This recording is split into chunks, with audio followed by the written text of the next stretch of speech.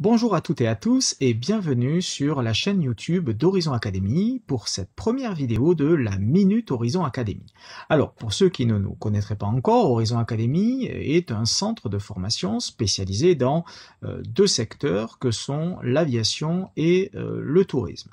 Alors, comme vous le savez, ces deux secteurs sont aujourd'hui fortement impactés par la crise de la Covid-19 et justement, au-delà des grandes informations relayées par les grands médias, nous souhaitions de notre côté utiliser nos experts virtuels que vous avez à l'écran, Hélène à gauche et Alan à droite, pour aller nous dégoter quelques pépites précieuses chaque semaine sur trois sites officiels que sont le site de l'Organisation de l'aviation civile internationale, l'OACI, Eurocontrol, qui est donc un organisme chargé de la gestion du flux du trafic aérien en Europe, et IATA, qui est l'association des transporteurs internationaux. Donc, comme je le disais, Hélène et Alan vont chaque semaine aller chercher sur ces sites-là des informations fiables, bien évidemment, que nous allons pouvoir vous présenter et qui traiteront de l'évolution de semaine en semaine du transport aérien.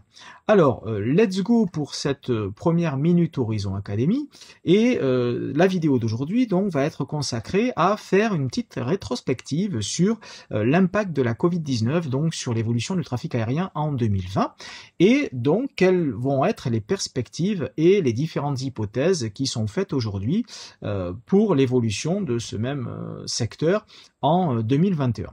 Alors commençons par Alan, qui est allé sur le site d'Eurocontrol nous dénicher un graphique intéressant qui compare donc selon l'évolution de l'année 2020, vous voyez en bas sur l'axe on part du 1er mars 2020 et on va ensuite vers le 28 décembre 2020. Le nombre de vols réalisés sur l'année 2020, puisque sur l'échelle verticale ce sont les nombres de vols. En bleu clair, les vols réalisés en 2019. En bleu foncé, malheureusement, les vols réalisés sur l'année 2020. On voit que très clairement, il y a une grosse chute à partir effectivement du mois de mars. Vous savez toutes et tous pourquoi, date à laquelle a eu lieu donc l'apparition, bien évidemment, officielle en tout cas du virus, et l'impact avec notamment les confinements. Le premier confinement. Donc une chute brutale aux alentours donc des 90% de moins de vols, puisqu'en fait c'est un pourcentage. Donc on voit que seulement 10% de vols s'effectuaient à cette période-là par rapport à la même période en 2019. Il y a eu ensuite une reprise sur l'été 2020 où là nous avions plus qu'environ la moitié des vols qui étaient effectués par rapport à 2019, donc un retard de 50% par rapport à 2019. Et puis sur la fin de l'année 2020 et donc le début de l'année 2021 que nous sommes en train de vivre, eh bien de nouveau patatras, nouvelle chute qui est liée à quoi? Qui est liée principalement, comme vous le savez là aussi toutes et tous, à la menace de la troisième vague et une mauvaise également entente au niveau des différents pays, notamment européens, en ce qui concerne l'ouverture des frontières. Quand il y en a un qui ouvre, l'autre qui ferme. Donc c'est sûr que ça va pas favoriser l'essor du transport aérien. Voilà. Néanmoins, ce qui est à noter sur cette année 2020, c'est le fabuleux rebond qu'il y avait eu quand même sur l'été 2020, très peu de temps après finalement la grosse chute du mois d'avril. Hélène, quant à elle, nous parle donc des perspectives, où est allée rechercher également sur ce même site d'Eurocontrol les perspectives d'évolution sur l'année 2021. Donc elles sont trois, il y a trois hypothèses qui ont été formulées, la courbe en vert que vous avez à l'écran, la courbe en orange et la courbe en rouge. Alors ces trois hypothèses ont comme point commun l'hypothèse justement de la mise à disposition des vaccins pour des passagers. L'hypothèse en vert, c'est on considère que tous les passagers auront à disposition un vaccin d'ici l'été 2021. L'hypothèse orange considère que tous les passagers auront accès au vaccin d'ici l'été uniquement 2022. Et la courbe en rouge émet l'hypothèse que les passagers auront accès au vaccin uniquement qu'à partir de l'été 2023 et même plus, donc le scénario critique.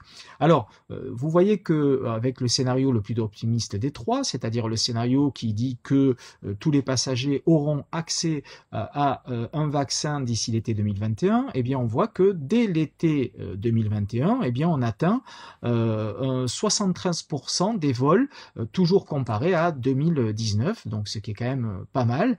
Si les vaccins tardent à arriver, ou en tout cas que les passagers n'y aient pas accès avant l'été 2022, eh bien, il n'y aurait plus que 51% de vols qui seraient faits en 2021 par rapport à ce qui se faisait en 2019. Voilà. Donc, un scénario plausible serait de considérer qu'on sera entre les deux courbes, hein, l'optimiste et la médiane, et auquel cas, eh bien, ça voudrait dire qu'à l'été 2021, nous aurions environ 62% des vols effectués par rapport à ce que c'était à l'été 2019. Voilà, ce qui serait déjà mieux que ce que nous avons vécu bien sûr, en 2020. Voilà, donc il faut savoir quand même, pour terminer le commentaire de ces deux petits graphiques, hein, que la référence prise est donc 2019. Il faut savoir que 2019, dans l'histoire de l'aérien, ou du transport aérien, a été une excellente année, voire une des meilleures années en termes de nombre de vols effectués. Voilà. Ainsi se termine donc notre première minute qui a duré un petit peu plus longtemps aujourd'hui d'Horizon Academy. Effectivement, elle a duré un petit peu plus longtemps parce que il fallait que je vous explique un petit peu le contexte et le concept surtout de cette vidéo qui sera désormais hebdomadaire. Donc, il ne nous reste plus qu'à vous remercier pour votre attention, Hélène, Alan et moi-même, et vous donner rendez-vous pour la semaine prochaine. Et si vous souhaitez en savoir un petit peu plus sur Horizon Academy et nos formations dans l'aviation et le tourisme, eh bien, n'hésitez pas à tapoter sur votre clavier www.horizon-academy.com. Merci infiniment pour votre écoute et je vous dis à la semaine prochaine.